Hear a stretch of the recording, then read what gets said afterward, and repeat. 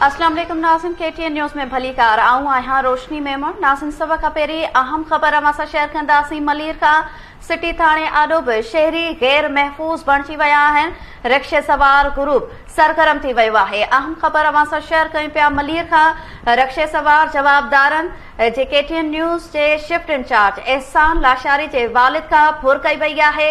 इन हवाले सां वाक़िअ ॿुधायूं पिया त हथियारबंद एहसान लाशारी जे वालिद अब्दुल सत्तार लाशारी खां 1 लख रुपया रोक रक़म फुर करे विया आहिनि। ब्रेकिंग न्यूज़ अवां सां शेयर कयूं पिया। सिटी थाणे आॾो फुर जी वारदात बावजूद पुलिस तहरुक नाहे वरितो। SHO समेत ॿियो अमलो गैर हाज़िर आहे। केतिरा ई कलाक गुज़रण बावजूद पुलिस CCTV फुटेजिस बि हथ न करे सघी आहे। तफ़सील मालूम कंदासीं। लाइन ते मौजूद आहे KTN न्यूज़ जो रिपोर्टर वहीद मुरासियाल। लाइन ते मौजूद आहे। जी वहीद, छा तफ़सील आहिनि? जी बिल्कुल, मलीर सिटी थाने जे अॻियां शहरी मुकमिल तौर ते गैर महफ़ूज़ बणिजी विया आहिनि। डिस्ट्रिक्ट मलीर जो इलाइक़ो जेको मलीर सिटी आहे उहो मलीर कोर्ट जे भरिसां उनजी उहो थाणो आहे। मलीर कोर्ट जी बिल्डिंग आहे जिते ॾींहं राति जेको आहे फुर्जूं वारदातूं थी रहियूं आहिनि। हिन वक़्तु साफ़ ई तौर उन्हनि जा घर बाती बि जेको आहे गैर महफ़ूज़ बणियल आहिनि। मलीर सिटी थाणो आहे, उनजे बिल्कुलु साम्हूं मेन नेशनल हाईवे आहे। हीअ तमामु वॾी हिकिड़ी शाराए आहे जिते KTN न्यूज़ जे शिफ्ट इंचार्ज एहसान लाशारी जे पीरसन वालिद खे रक्षा ते सवार जेके हथियारबंद आहे उन्हनि यरगमाल करे जेको आहे फुर कई आहे। 1 लख रोक रक़म जेको आहे फुर कई आहे।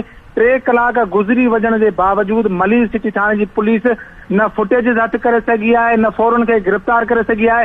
SSP मलीर हसन सरदार खे इतला ॾिनी वई, DSP समेत SHO खे इतला ॾिनी वियो, पर हिन वक़्तु पुलिस रिवायती सुस्ती सां लॻल आहे। हिन वक़्तु जेको आहे मलीर सिटी थाणे जी पुलिस मुकमिल तौर ते लापरवाह ऐं रिवायती जेका हुनजी सुस्ती आहे उहा करे रही आहे। तव्हांखे ॿुधाईंदा हलूं त कुझु वक़्तु अॻु में DIG डिस्ट्रिक्ट मलीर जे मलीर सिटी थाणे ते शहरनि जे तहफ़ुज़ लाइ जदीद कैमरा जेको सिस्टम लॻायो उहो पिणु नाकाम हुजण जेको आहे इनिक्शाफ थियो आहे। हितां पुलिस ॿुधायो आहे त हीअ जेके सॼे शहर खे सेफ सिटी ऐं शहरनि खे तहफ़ुज़ ॾियण जे लाइ जेके CCTV कैमराऊं जेको आहे हुनजो मर्कज़ मलीर सिटी थाणो लॻायो वियो आहे। उते ऑपरेटर पिणु न हुजण जे करे CCTV फुटेज पिणु जेको आहे पुलिस हथ नथी करे सघे, जंहिंजे करे मलीर सिटी थाणे जे मेन मुख्य दरवाज़े अॻियां जेको आहे शहरी गैर महफ़ूज़ बणिजी विया आहिनि। पीरसननि खां जेको आहे हथियारनि जे तौर ते फुर्ती थिए, पर मलीर सिटी थाणो मुकमिल तौर ते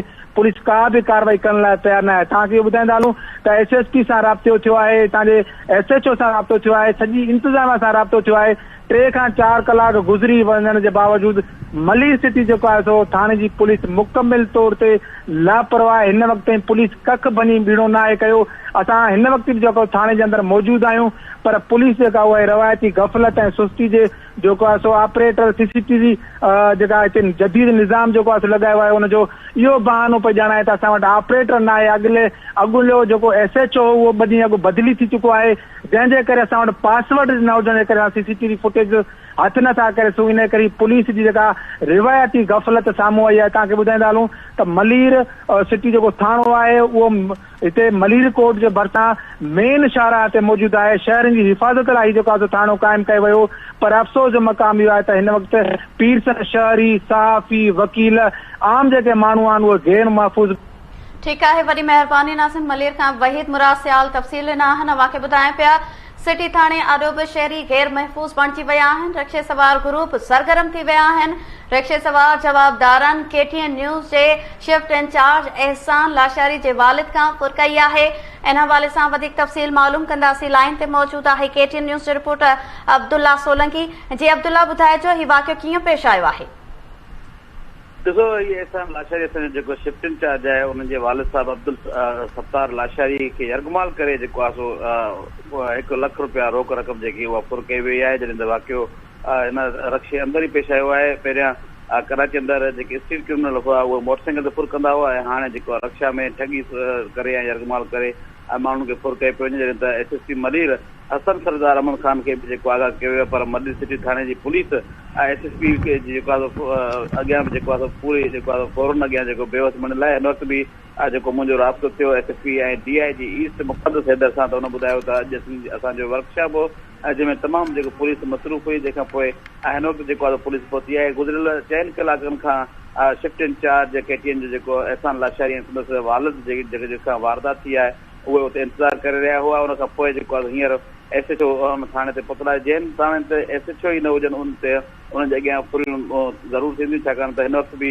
जेकी आहे फुर ऐं जेकी वारदात थी आहे उहा बिल्कुलु मलीर सिटी थाणे जे अॻियां थी आहे। उते जेको मलीर जे जेके थाणा आहिनि उहे बि फौरन अॻियां जेको आहे बेवस बणियल आहिनि, जिते आम आवाम जी जेकी सूरत हाल उहा ॾाढी ख़राब सूरत हाल आहे, पर थाणनि अॻियां बि जेके फौरून उहे पंहिंजी जेका बदमाशी कंदा वठनि पिया। पुलिस का मदद करण लाइ जेको आम माण्हू खे उहो तयारु न आहे। हिन वक़्तु हिकु इदारे जो माण्हू हुजण बावजूदि बि 3 कलाकनि खां वठी उते हिकिड़ी कंप्लेंट रजिस्टर करण लाइ वेठल आहे, जेको जॾहिं त पुलिस मुख़्तलिफ़ बहाना करे रही आहे ऐं पुलिस कॾहिं अमलो न आहे त कॾहिं कहिड़ी ॻाल्हि करे जेको आहे मामले खे टाराइण जी कोशिशि करे रही आहे।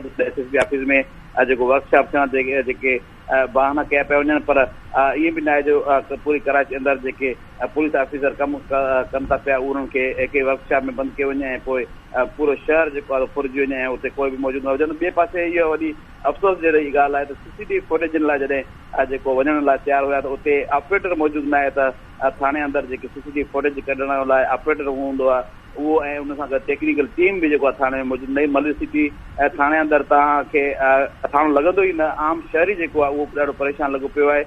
पर हीउ जेको असांजो शिफ्ट इंचार्ज गुज़िरियल 4 कलाकनि खां वेही करे बार बार इहे अची रहियो त CCTV फुटेज ऐं जेको ॿियनि जी मदद सां अवां जेके हीअ वारदात आहे उनखे ॾिसी सघो था, पर हू कमु करणु ऐं कख वञी बीड़ो करण लाइ बि तयारु न आहिनि। हिन वक़्तु बि जेको आहे असांजो शिफ्ट इंचार्ज जेको आहे उते मौजूदु आहे, पर पुलिस पारां ठीकु आहे। वॾी महिरबानी अब्दुल्ला सोलंकी नासिन तफ़सील ॾिना आहिनि।